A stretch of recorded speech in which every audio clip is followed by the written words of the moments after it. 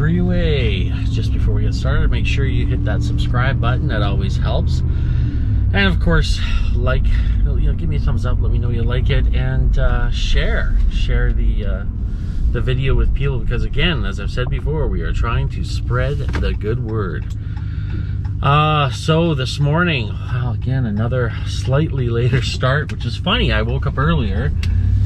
Sometimes that's weird. Like, I'll wake up early and I get this kind of, I guess it's like a complacency with my morning. So what'll happen is I'll get started and I don't know, I just think, oh, I got all this time, I should just slow down a little bit. And then next thing you know, I'm 10 minutes leaving for work. God, this is kind of late for me. So the thing with that is leaving a bit later for work means I might have to skip the gym, which kind of sucks. That was not a stop, mister. And I might not get that sweet parking spot that I like to fight for every morning. So, such is life. So kind of a few things that are happening really kind of cool right now for me is just a brief synopsis is I'm living a good life. I'm living a really good life. In a couple of days, I'm heading off to Europe, and I'm going to be on a boat.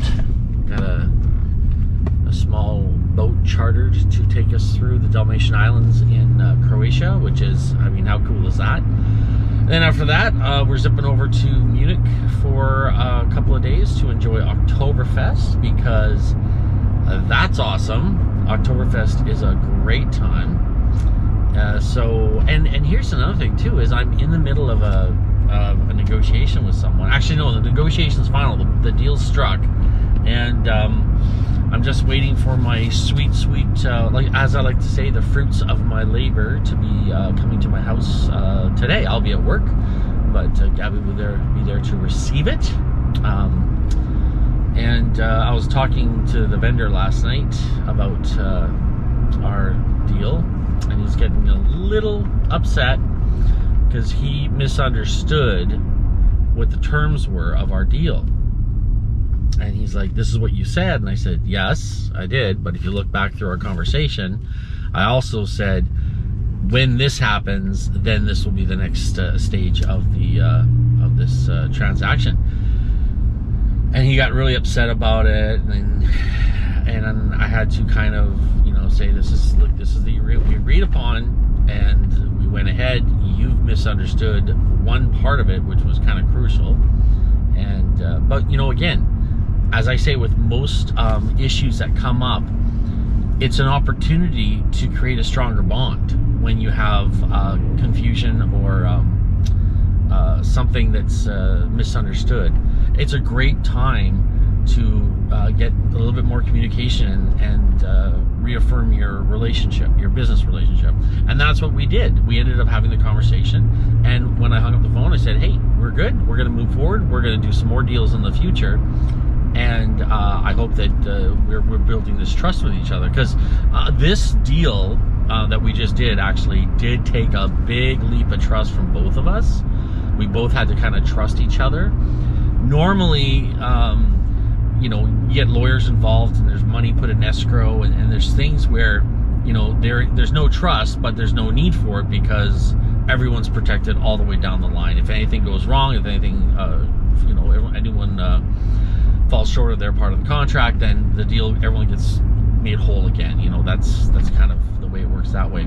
This was just a quick deal done on Facebook Messenger while I was standing, knee deep in the Pacific Ocean. So it was kind of a funny deal, but I'm really happy it happened, and I'm happy that we had the conversation last night, because moving forward, I would like to work with this guy more, and it's going to work out great. So I think the conversation I wanted to have this morning, more than anything else, was I did not get here through a very traditional route to my stage in life.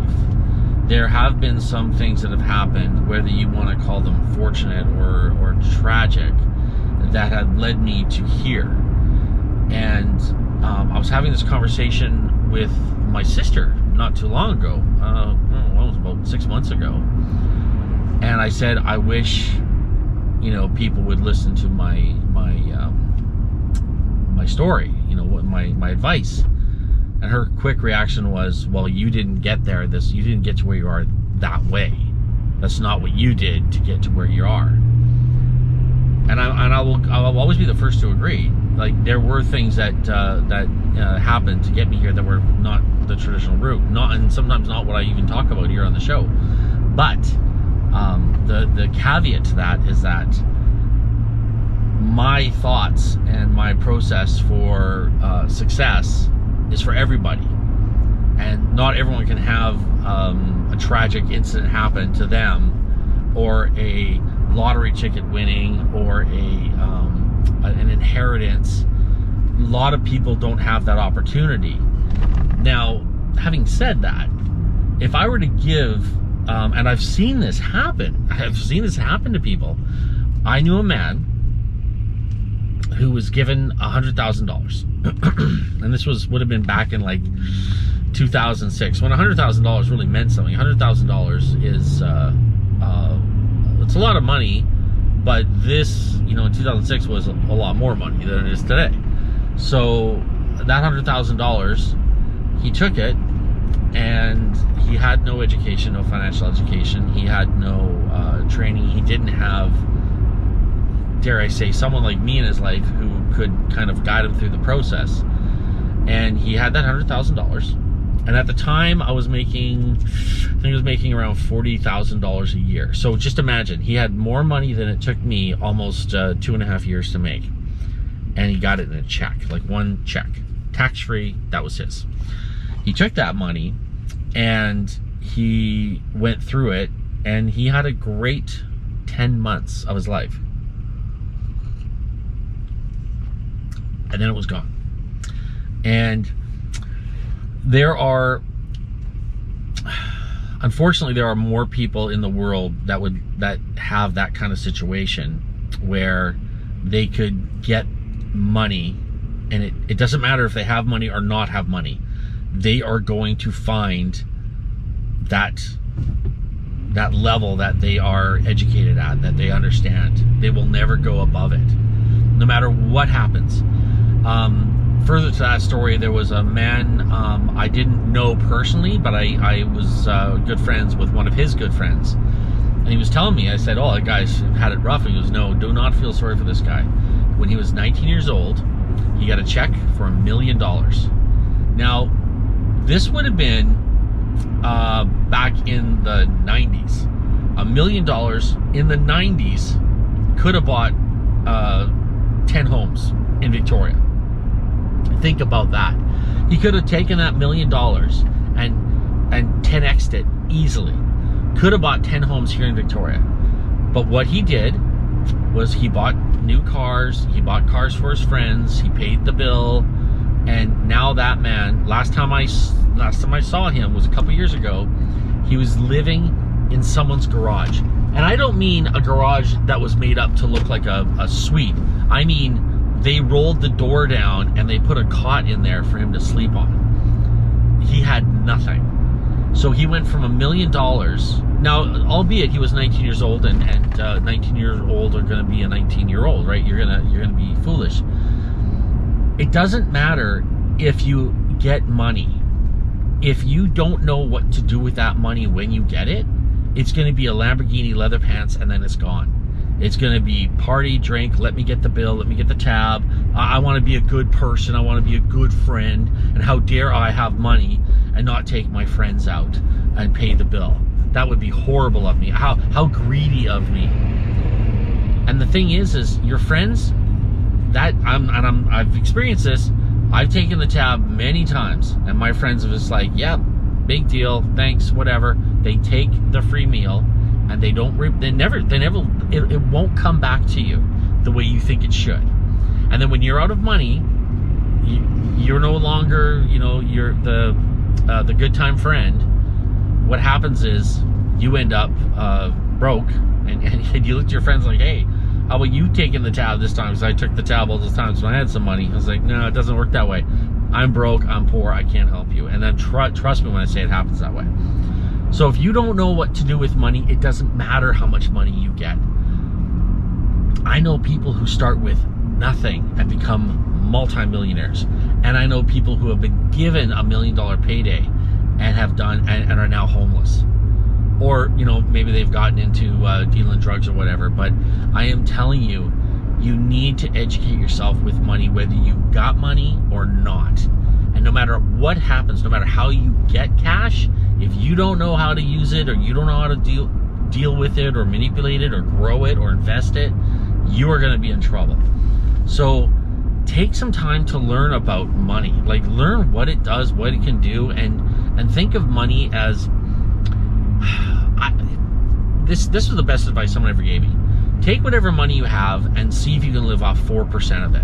Because if you can live off 4% of the money you have, you don't ever have to work again. So think about that though. If you can only live off of 4% of your money, think about how much money you need to have in order to get to that 4%. That's a lot of cash. So if you have $100,000, 4% of that is $4,000. A lot of people can't live off of $4,000 a month, and never mind $4,000 a year. So educating yourself in the ways of finance, investing, and just basic money, like how it works, like how to leverage money, how to invest it, how to save it, you know, learn about interest, learn a little bit about the stock market. You know, maybe not make that your full-time gig, but definitely take some time to learn about it and see what it's all about. Learn what happens with inflation. Like I talk about this in my newest book, Starting from Zero, where they talk about an Egg McMuffin, what it cost 20 years ago and what it costs today. And if you put the same cash, and it's a very simple process, you put that, say it cost $1 in 1990, you put that dollar in a jar, and you've got the Egg McMuffin there, and you want to buy an Egg McMuffin today, you can't take that dollar out and buy that Egg McMuffin with it. A Egg McMuffin is like 3 times as much now. So that's what inflation is, and that's why you have to, you know, guard yourself against stuff like that. So what I've done is I've taken the time to read these books to learn about things like negotiation, like investing, like saving, like getting side hustles, which I think is so important.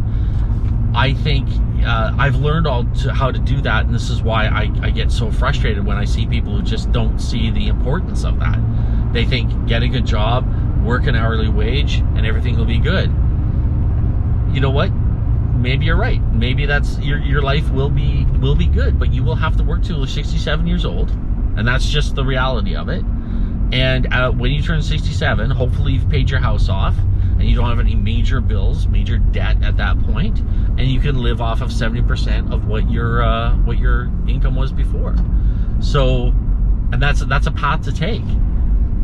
The problem with that is that